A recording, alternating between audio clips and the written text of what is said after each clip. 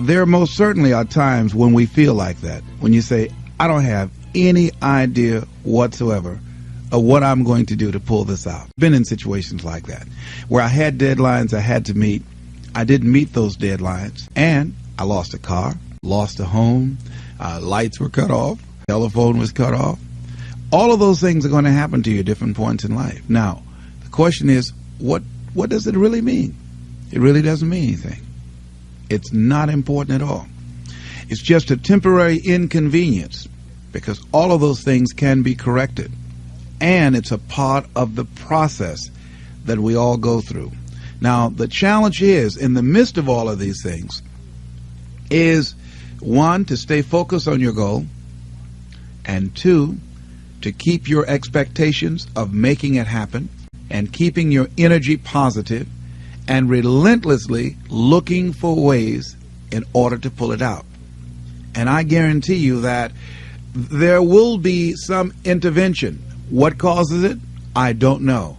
That will seem like it's supernatural. Give you an example. I remember once when I lost my job, when I was fired out of broadcasting, September 18th, I'll never forget, 1978. I was behind in my house notes, and my house was up for foreclosure. I did everything I could. I had borrowed as much money as I could borrow. I had talked to family members and friends. I did everything I could, and I couldn't get enough money, being unemployed for several months, applying for job after job after job, and couldn't get a job. I couldn't get enough money to save the house. But I never felt, and this is very important, the feeling that I had, never felt that I was going to lose that house. I wanted that house. And so what I did was very uncanny. I released it. I did the best that I could. And at that time, with the limited money that I did have, I decided to take a trip with my family to Mamie to go down and spend time in the sun with my children. We caught a Greyhound bus from Columbus, Ohio, and we went to Florida. By the time I arrived on the day that the bank was to foreclose at 12 noon on the house, I got a call from one of my former assistants who went by the house and called me and said, Les, it's an emergency. Call Columbus right away. I did, and Carolyn Sloan said, Les, you won't believe this. You have a check from the Internal Revenue Service on your income tax. And it was enough to pay the house notes, and I had money over. I never received a refund prior to that time or since that time, and I did not lose the house. So there are things that we don't know or understand, but we do know that if we do certain things, that things begin to happen that's in our favor, that shows that the universe is on our side. Everything that we're seeking, I believe that if we begin to align our thoughts with action and be relentless, don't try 2 or 3 things or 15 or 20 things, but 100 things, 500 things if necessary, 10,000 things as Edison did if necessary, until we find a way out. Many of us, we eliminate many possibilities for ourselves because we really don't do all we can do.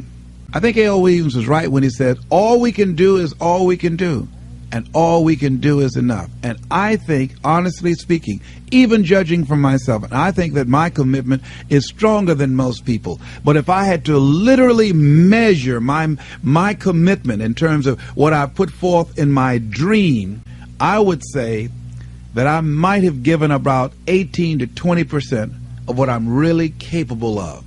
As high in consciousness as I believe that I am, comparatively speaking, where I used to be, I'm still nowhere near reaching 50% of the commitment that I can make to accelerate the growth and the development of my dream and the manifestation of the things that I know within myself that I'm capable of producing.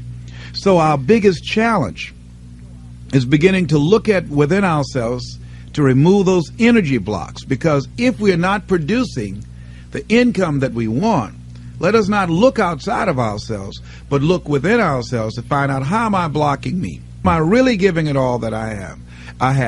Am I really being as creative as I can be? Am I really unstoppable? Am I as relentless as I can be? Am I exhausting every means possible? Am I turning up every rock to find what it is that I'm looking for?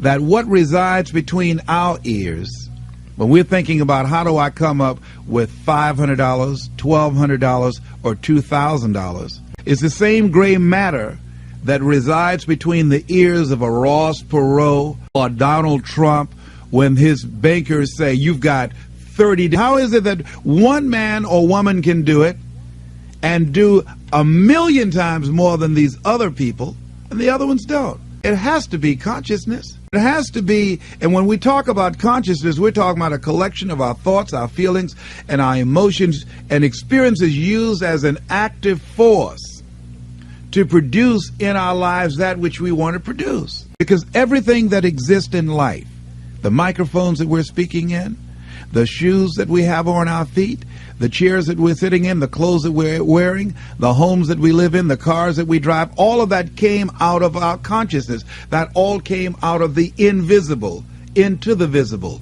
And man was a vehicle, the outlet to produce that. Wherever we are stopped in our dream, we stop to the place called willingness. Anybody that has fallen short of their goals, they ran into something that they were not willing to handle. Because in order to reach your dream, in order to make things happen, there must be a willingness to do what is required. If the need is to raise $2,000, and let's say you have a set of tapes for $40, are you willing to make 200 calls a day? Are you willing to stand on a corner and talk to people and say, listen, I've got a set of tapes here that can change your life? Are you willing to make the commitment that you will not go to sleep until you sell at least 10 tapes a day? Are you willing to say, if it takes me 12 hours walking and talking to people all day long until I find 10 people that will say yes, if I have to talk to 200 people or 300 people, that in order to provide food for my family, to provide shelter, to not to have creditors hounding me, am I willing to talk to 300 people a day? Am I willing to stand in an airport and sell tapes? Am I willing to go out and make calls again and again and again? Am I willing to knock on doors? Am I willing to do that? See, if we have some skill, some ability, some knowledge, or some product, then the only thing that's between us and what we want to generate is our willingness to expend the energy to produce the results that we want. Am I willing to wash cars? Am I willing to scrub floors? Am I willing to wash dishes? Am I willing to go out and speak or do seminars or workshops? What am I willing to do with my energy, my time, and my knowledge to produce the results? That's the bottom line. What are you willing to do? And what most people don't realize is they don't give up on their goals because it becomes insurmountable or it's impossible. Is that they just looked at what they wanted and they just decided within themselves, consciously or unconsciously, I'm not willing to produce this result.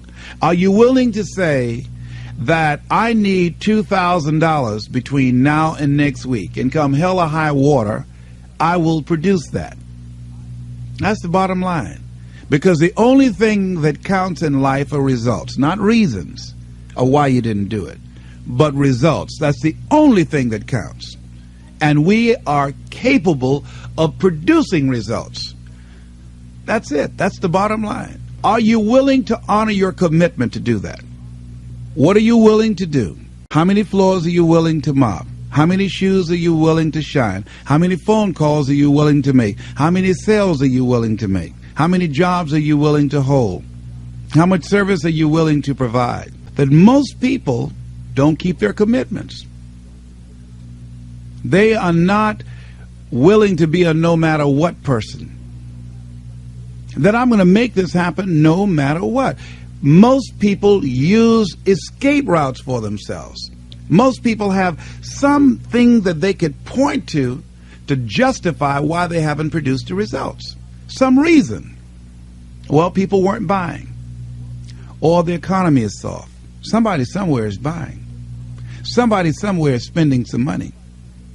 So as we begin to look at where we are, every time when I was working on developing my dream, and I knew that I had to do something, that I had to do it, I was always able to pull it out.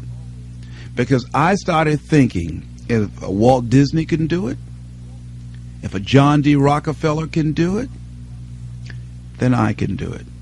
Am I to believe that they have some license of exclusivity on producing wealth or producing results that I don't have? I think that it was a key given to us. I was reading the book called Succeeding Against the Odds by John H. Johnson. Good book.